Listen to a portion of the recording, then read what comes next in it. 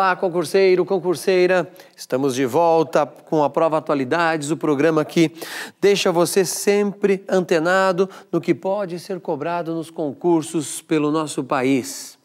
Esta semana separamos o seguinte tema, olha só, a semana que pode ter mudado o Brasil. Colocamos aí um ponto de exclamação e um ponto de interrogação, justamente porque não sabemos qual será o efeito de todas essas manifestações que aconteceram em nosso país. Inclusive, quero começar mostrando para você a capa da revista Veja, os 7 dias que mudaram o Brasil. Será que realmente nosso país mudou com esses 7 dias? Vamos fazer uma análise agora, concurseiro, concurseira, porque depois de 30 anos aconteceu um grande protesto no Brasil. Quando eu digo quase 30 anos, estou tomando como parâmetro, como referência, o protesto das diretas já. Muitos de vocês que estão assistindo não acompanharam, só viram isso pela TV. Em São Paulo, no dia 16 de abril de 1984. Podemos concluir que foi necessário surgir uma nova geração para começar a indagar todo o procedimento político em nosso país. Vamos lá, quando eu estou falando todo o procedimento político, eu não estou questionando apenas a presidência da República, apenas os deputados federais, deputados estaduais, senadores, governadores, prefeitos, vereadores, mas sim o conjunto. Foi necessário todo esse período para que as pessoas começassem a colocar em xeque atitudes dos governantes no geral. Antes de falarmos diretamente sobre este momento, precisamos voltar no tempo e compararmos este momento atual. Para isso, eu separei algumas imagens. Vamos lá, acompanhe comigo. Mesmo com tantas setas, tantas mutretas, com tantas tetas, com tantas metas, a gente vai levando, a gente vai levando, a gente vai levando, a gente vai levando as diretas.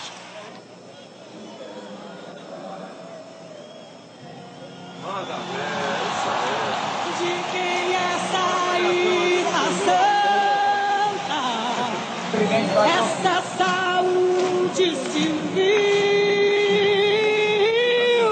que tocando na ferida. Olha só, concurseiro, concurseira. Essas imagens são do ano de 84.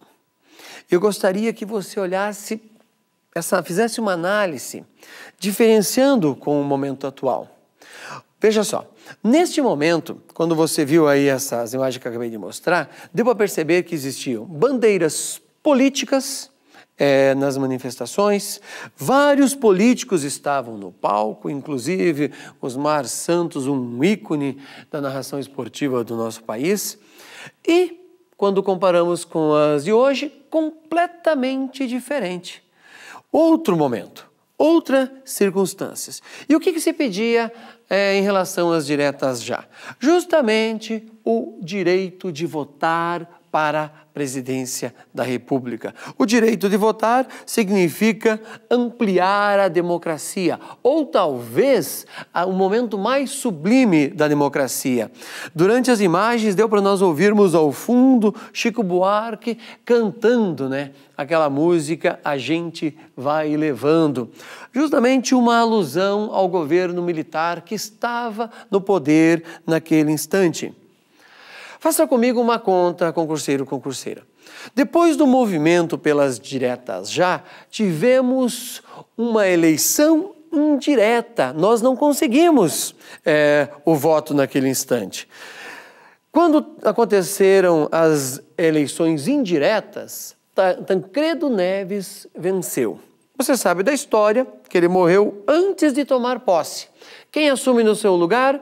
José Sarney, justamente o homem que sempre esteve com os militares e ainda continua um dos homens mais poderosos desse país. Independente se você acha bom ou ruim, mas podemos fazer sim esta afirmação. Outro ponto marcante nessa linha do tempo que estamos traçando, veja só, são as primeiras eleições presidenciais depois do golpe de 64, que virá depois do José Sarney, que aumentou inclusive o seu mandato para 5 anos. Essas eleições acontecem no ano de 89. Lembra quem foi eleito? Fernando Collor de Mello. Veja só, Fernando Collor de Mello se filiou na época, ao antigo Partido da Reconstrução Nacional. Olha que nome bonito, né? O Partido da Reconstrução Nacional. Ele criou uma chapa para concorrer à presidência da República e o seu vice quem era? Itamar Franco. Veja só, concurseiro, concurseira. Ninguém conseguiria dar um prognóstico na época, quem viveu isso, que Collor venceria. Era algo impossível, mas ele venceu e se sagrou o primeiro presidente da República depois do golpe militar, o primeiro presidente eleito pelo voto. É interessante que você fique atento a isso. Para relembrar este momento, eu gostaria que você analisasse as imagens que nós vamos ver agora, mas antes de irmos para as imagens, pense. Você viu as imagens lutando pelas diretas, agora acompanhe esta manifestação em relação a Collor de Mello. Vamos lá. Um grupo de pessoas veste as cores da bandeira e vai até a casa da Dinda, em Brasília. O grupo atendeu à convocação do presidente Collor. Mas em outra manifestação, a cor escolhida para o protesto foi o preto. A manifestação começou cedo em frente à Catedral de Brasília. As pessoas ocuparam a esplanada dos ministérios, predominando a cor preta nas roupas, bandeiras e faixas. Uma carreata atravessou as principais avenidas da cidade, fazendo muito barulho. O objetivo era chegar até a casa da Dinda, mas a polícia militar montou barreiras nas entradas do setor de mansões do Lago Norte e ninguém passava. A poucos metros dali, na casa do presidente, uma outra manifestação. Pessoas de verde e amarelo também chegaram cedo, respondendo à convocação do presidente para que todos se vestissem com as cores da bandeira em sinal de apoio ao governo. Entre as pessoas que vieram hoje à casa da Dinda estavam 2 atletas que valem ouro para o Brasil. O judocas Aurélio Miguel, medalha de ouro na Olimpíada de Seul, e Rogério Sampaio, ouro em Barcelona. Os dois deixaram claro que vieram aqui agradecer o apoio do presidente Collor ao esporte nacional. O presidente saiu para o Cooper com uma camiseta azul, amarela e verde. Ele foi cercado, distribuiu beijos e correu. Dona Rosane saiu logo atrás com uma camiseta amarela do Banco do Brasil. Na volta foi cercada e deu autógrafos. Meia hora depois, o presidente voltou. Entrou rápido e deu ordem para que todos que estavam na porta da casa da Dinda entrassem. Os manifestantes pró e contra o presidente Collor acabaram se encontrando na barreira. Houve discussão, mas no final, cada um seguiu o seu caminho. Essas imagens, concurseiro ou concurseira, eu fiz questão de selecionar para que você pudesse comparar o atual momento que o país vive com o passado e tirar algumas lições a partir disso. O desfecho em relação ao Collor, todos sabemos, ele é retirado do poder e Itamar Franco assume. 10 anos após as diretas, em 1994, temos a eleição de Fernando Henrique Cardoso e ele ficaria no poder apenas um mandato, se não tivesse inventado a reeleição. Você tem que ficar atento a este ponto também. Fernando Henrique teve momentos bons e teve momentos ótimos durante os 8 anos que ele fica no poder. Inclusive, enfrentou um fora FHC, com capas de revistas questionando, inclusive, o seu mandato e o seu dinheiro fora do país. No ano de 2003, porque foi eleito em 2002, no ano de 2003 vai assumir o 35º presidente do Brasil, que foi Luiz Inácio Lula da Silva. Devido à reeleição, criado lá no governo de FHC, que é questionado até hoje, Lula fica no poder por 2 mandatos, entre 2003 e 2011. Com Lula também não foi diferente. Muitos problemas existiram em seu mandato. Questão do mensalão que explodiu em nosso país e pela primeira vez pessoas do alto escalão do governo chegam a ser julgados pelo Supremo e isso movimentou todo o nosso país, uma coisa fantástica em relação à cidadania e à democracia. Tudo parecia correr bem. Subitamente, hoje, praticamente 2 anos durante o mandato da presidente Dilma, acontece o seguinte: grupos que reclamam, no primeiro momento parecendo por 20 centavos a todo o descontentamento, vai explodir por todo o país grandes manifestações questionando a forma que o Brasil está sendo governado. E não só na esfera concurseira do governo federal, mas sim em todas as esferas. Para entendermos melhor isso, acompanhe comigo esse vídeo. O maior conjunto de protestos de rua em décadas. Com diferentes intensidades, as manifestações ocorreram nas capitais Belém, Fortaleza, Recife, Maceió, Salvador, Belo Horizonte, Vitória, Rio de Janeiro, São Paulo, Curitiba e Porto Alegre e na capital federal Brasília. Mas também em cidades como Bauru, no interior de São Paulo, Novo Hamburgo, Rio Grande do Sul, Londrina, no Paraná, Três Rios, no Rio de Janeiro. Olha que interessante, aos poucos se percebeu que a briga não era por 20 centavos, e sim pelo péssimo estado do transporte público em nosso país. Isso fez até comentarista da Globo, Arnaldo Jabor, pedir desculpa e dizer que tinha interpretado mal essas manifestações, tinha feito críticas dias antes sobre essas manifestações, foi a público novamente, pediu desculpas e começou a apoiar o movimento. Se você notou, nos primeiros dias dos protestos, concurseira, a emissora Globo, por exemplo, mandou seus repórteres para as ruas sem a identificação no microfone da emissora. Por quê? Ela percebeu que muitos manifestantes gritavam palavras de ordem contra a própria emissora. E o Arnaldo Jabor sempre foi identificado com ela, era um desses comentaristas que provocaram esta revolta. A onda de protesto, concurseiro, ganhou maior dimensão e temas foram incorporados. Por exemplo, a questão da corrupção, que na sequência vai se transformar em um crime hediondo, a PEC 37, que precisava ser deixada de lado no Congresso, embora muita gente não entendesse o que é a PEC 37, e vale a pena aqui reforçar. Veja só, a questão da PEC 37 era tirar o poder da mão do Ministério Público e passar para a polícia. Dá a impressão que é só isso, mas não é. Não é passar para a polícia a questão da investigação. Quem manda na polícia? O governador. Automaticamente, o governo de cada unidade da federação tem um poder muito grande sobre a polícia. E automaticamente isso iria distorcer toda a questão do poder, da distribuição do poder em nosso país. É interessante que a população fique atento a isso.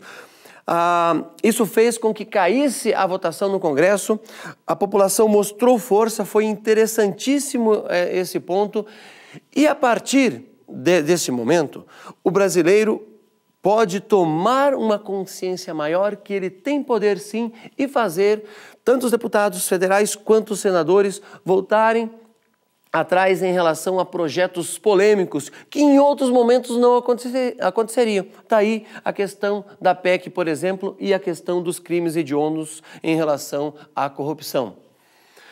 Nós percebemos claramente que os protestos são contra todos os governos, concurseira. Vamos tomar aí o exemplo de São Paulo, que é básico. No governo do estado, tem PSDB, e no município, que é a cidade mais importante do país, São Paulo, tem o PT. Então, se você notou, não existe uma oposição tomando partido, criticando o governo e apoiando os manifestantes. Inclusive, os manifestantes não estão aceitando em momento algum a participação de partidos. Em vários momentos conseguimos ouvir a palavra de ordem, sem partido, e assim a coisa se desenvolveu. Este é um fato novo também, que no vídeo que nós assistimos anteriormente, em relação à questão das diretas, era possível ver diversas bandeiras em relação a este fato. É prematuro qualquer conclusão sobre esses fatos, concurseiro, concurseira. Por que eu digo que é prematuro? Lembre-se que Collor foi retirado do poder pela força das manifestações das ruas. Mas em pouco tempo, ele voltou como senador e está aí, em um dos cargos mais importantes dentro do Senado. Então, vale a pena pensar sobre isso, vale a pena ficarmos atentos e não perdermos esse momento cívico que é importante e que já demonstrou que tem grande poder a força das ruas, as manifestações de cada estudante, de cada trabalhador, de cada cidadão brasileiro.